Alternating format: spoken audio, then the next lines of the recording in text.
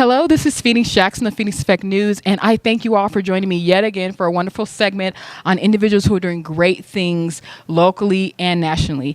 I have the president and the vice president of the Colorado Black Health Collaborative, and they are some awesome ladies. If I could tell you how many people are out in that audience and out there in this hotel waiting to see Miss Jenifer Lewis that you all have invited here for your first annual fundraiser. How do you all feel tonight? What are you feeling? What are the excitement that's going through your bones right now? Oh boy, I can't even tell you how I feel. This has been in the works for many years, really, but we only started this year to work on this big gala, and I'm just overwhelmed. I thought, will everyone really show up? Will we really have an event? And it's just going to be just tremendous with Jenifer Lewis and all the other special guests that we have. Mm-hmm. We're really excited because we're focusing on mental wellness. And I think Jenifer Lewis is going to bring that message with her journey to mental wellness. And I think that's something that we want to address in the community. So we're excited because people will walk away with a message so that they can heal and heal others. And you all, as you all know, that we are just now having that conversation about mental health in our communities. We've been talking about physical health for so long, diabetes, high blood pressure, but right now we're just now talking about mental health. Why do you all think it took so long for us to start focusing on that? The stigma.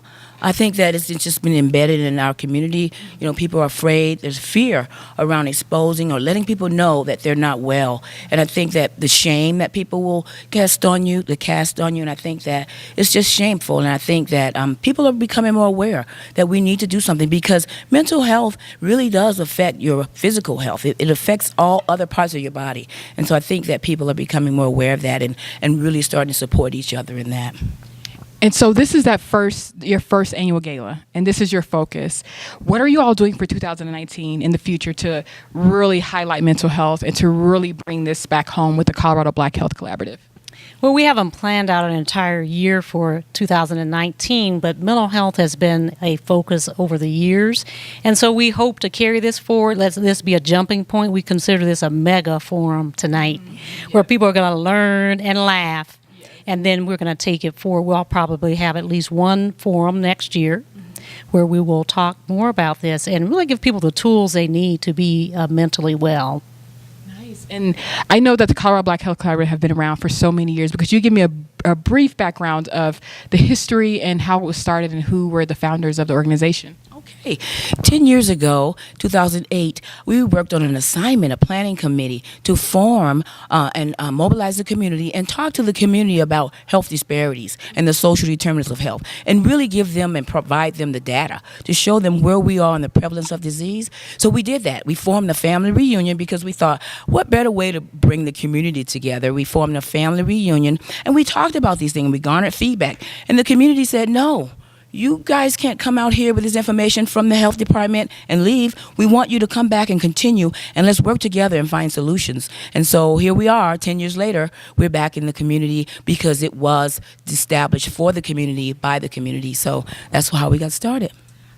I love that. And I know that I've been hearing about you all for such a long time. Anytime, so that you know out there, we have audience national, but anytime there's something major that's going on health related in Denver, whether it's like the 5K runs or, you know, breast cancer awareness, they are a powerful name in the community that's out there pushing everything they have advocates on the street, ambassadors, they work really hard. What are your plans for next year and ongoing with the organization as far as bringing in maybe the millennials or bringing in the new, you know, individuals who are, I think we're a little bit more health conscious than our previous generations because we have more knowledge. So what are you all going to do to kind of engage with those individuals, and what are the next steps for CBHS? CVHC, well, we have young people that are with us now that we mentor them. We're not going to live forever. We're getting older, if you hadn't noticed.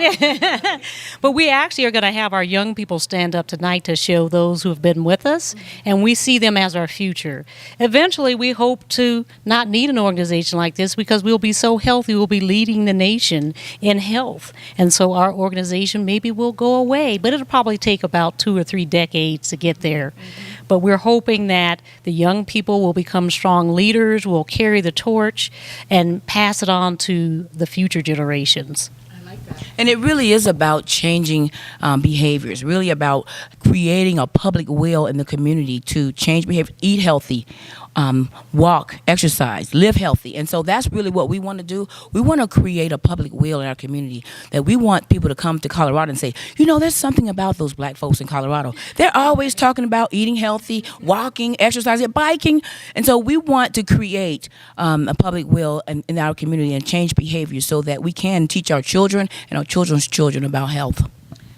You actually touched on what I was going to touch on next. What are a few just simple health tips that you can give individuals to take away with? Just a few that they can start today, to get their bodies aligned and to get even their mental health in line. Yes, and I think one of the things, here I'm trying to take over the mic, right? One of the things is really just to know your numbers, know your blood pressure, make sure that your doctors are telling you your numbers. Unfortunately, I even have in my own family where one of my brothers thought that he was being tested for prostate cancer and he was not. And so you need to know your numbers. That's the number one thing. And get checked. Don't be afraid. Don't be scared. Get out there and get yourself checked. And also what you can do at home. A lot of what you can do to be healthy you can find right in your kitchen cabinet if you clean it out first. But eating healthy, 5 servings of fruits and vegetables, low fat, stay away from the fast foods, getting out there and exercising. You don't have to go to the gym. Some people say, well, I don't have a gym membership or my knees hurt. Well, you can get in the pool. You can do pool therapy or pool exercise. You can walk. You can jump rope. These are things you can do in your home and they're low cost. So there's no excuses. Get out there and move. Dance. That's what I like to do.